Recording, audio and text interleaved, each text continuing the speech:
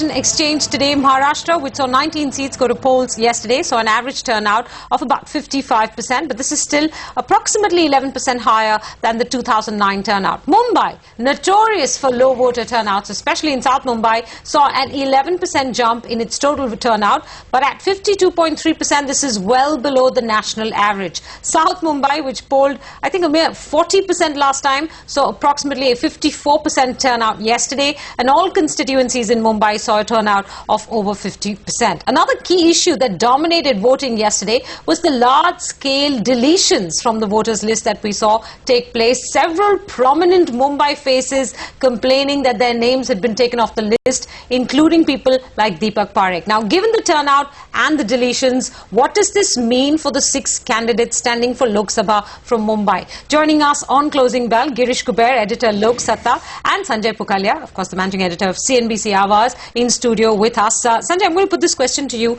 I was hoping we do somewhere close to 60. Are you happy with 52 in terms of a Mumbai turnout? It's better than the last time round, but it really is very far away from some of the 70 or 80% turnouts that we've seen in other parts. Yeah, it is better than last election, but it is no big good news or relief. Yeah. South Bombay should have done much better, because we speak a lot, we talk a lot, we lecture a lot, the entire country, be it politics, be it economy, the vocal middle class. We spoke a lot about citizenry. We saw lots of candlelight marches and all of that. So if you are talking about that kind of strong activism in this constituency, we did not see that on the ground. 54% is quite below the normal average polling that we are seeing across the country. I mean, Odisha to Chhattisgarh to Tamil Nadu to West Bengal, 70-80%. Yesterday, Tamil Nadu went to polls, yes, and they did an average of 70% and more. Yeah. Even in Chennai, if you look at the constituency-wise numbers, they're all above 55%. In fact, I was reading an article which seems to say, look, South Chennai constituency turnout was lowest at 57.8%. So at 57.8%, Chennai says, look, that turnout in that constituency is low. Absolutely. Here we are celebrating 52%. So just saving the skin kind of number this is. But this is not an optimistic number. This is not a good number. Does this change your calculation in terms of who stands to win or gain an advantage? 54-55% may not. I would say that it should reflect the current mood prevailing in the country, which is anti-incumbency for Delhi. But look, in Maharashtra and Mumbai, people talk about some kind of WWF or match fixing. So certain seats, some individual candidates, some parties, some powerful people create certain kind of engineering. So we can't really say that you will see a NDA candidate winning from South Mumbai. Milind could put up a very, very good fight. But again, this could be lots of local equations. So when you say engineering, you mean that the opposition party puts up a weak candidate to help an incumbent to win, or help the other party's candidate to win? BJP is more identifiable party with their slogan. So now you have Shiv Sena. People wonder whom to vote for because they are not familiar with the symbol. That's part one of the story. Part two of the story is MNS fields its candidate, looking at whom to defeat, whom to help. It is a kind of mercenary force. So you don't know MNS will help whom and damage whom. Okay. Girish, yesterday afternoon I was feeling very despondent about the turnout, especially in South Mumbai. When I went to vote, there was nobody in the booths there on Pedder Road. And I was very tempted to tweet saying, is this an anti-wave? But I didn't, for fear of being completely trolled on Twitter. Does this turnout in Mumbai represent the wave that everyone's been talking about, including in all the polls that we've seen take place, opinion polls? Yeah, well, when we discuss about Mumbai's low turnout, we have to understand one fact, and that's very, very important, and not many have pointed it out. That's about inflated. I'm sorry, I think we have some trouble with that link. We'll try and re-establish it with him and try and find out what was that key important point that he was talking about. Do you want to continue? Yeah. Yeah, I can hear you.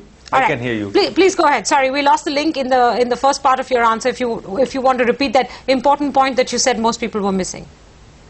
Yeah, the important point which I was trying to make is it's about the inflated voter list.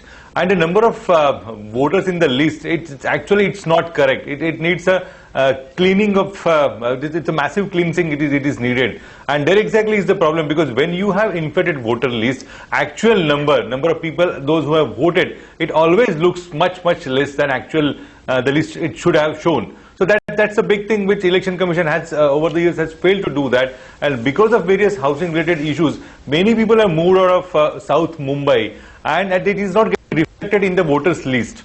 That's a very important thing. So actually number is definitely high. It's not that bad as it's being discussed about and it's being projected. That's one. And as far as the Girish, you were talking about a cleansing of the voter list. I might point out that we've had a big controversy break out regarding the deletions. There does seem to be a big cleansing that's taken place this time. Unfortunately, legitimate voters have been cleansed out, as opposed to all those who have either moved residence or left the city, etc. And that seems to be, I think one figure, one paper put it at 15% of Mumbai's voters, 15% of 98 lakh voters in the city. That's Mumbai Mirror said that, saying 15 lakh voters, their names have been taken off the list, by this change that the Election Commission has done, for this time's election. That seems to be, and large number of them seem to be legitimate if you follow the voices on Twitter or on social media.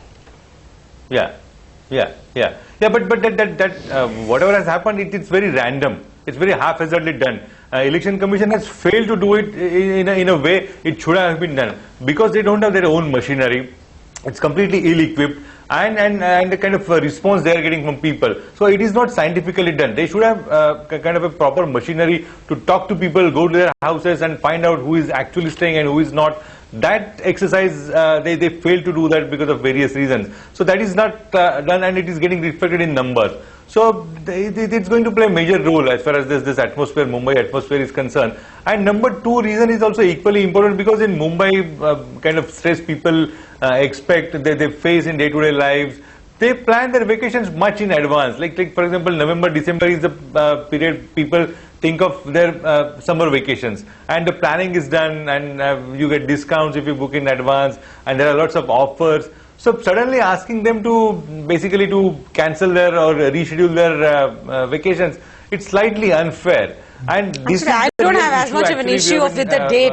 I have more of an issue with deletions. Do you think this is going to seriously change the way maybe people had done the math on, in which constituency a high voter turnout would advantage whom? Look, it may not impact the outcome in each and every constituency, but the way it has happened in Maharashtra, especially in Mumbai and Pune, the entire buildings, the entire neighborhood, they are out of the list. So this, I suspect, some kind of mischief there. And just to update you, one of the election commissioners has made a statement that there is some mistake and we need to look at it. This is my fundamental right that I must be able to vote, and I'm going to the booth and I'm not able to vote. These numbers are in thousands.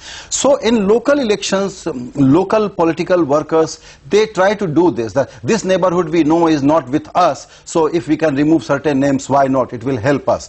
It may not impact the outcome, I'm saying that, but still these numbers are quite big. They are quite big. If Mumbai Mirror's numbers are correct, and 15% of the city's voters have been struck off in this cleansing. I suspect a clear foul play in pockets in Maharashtra.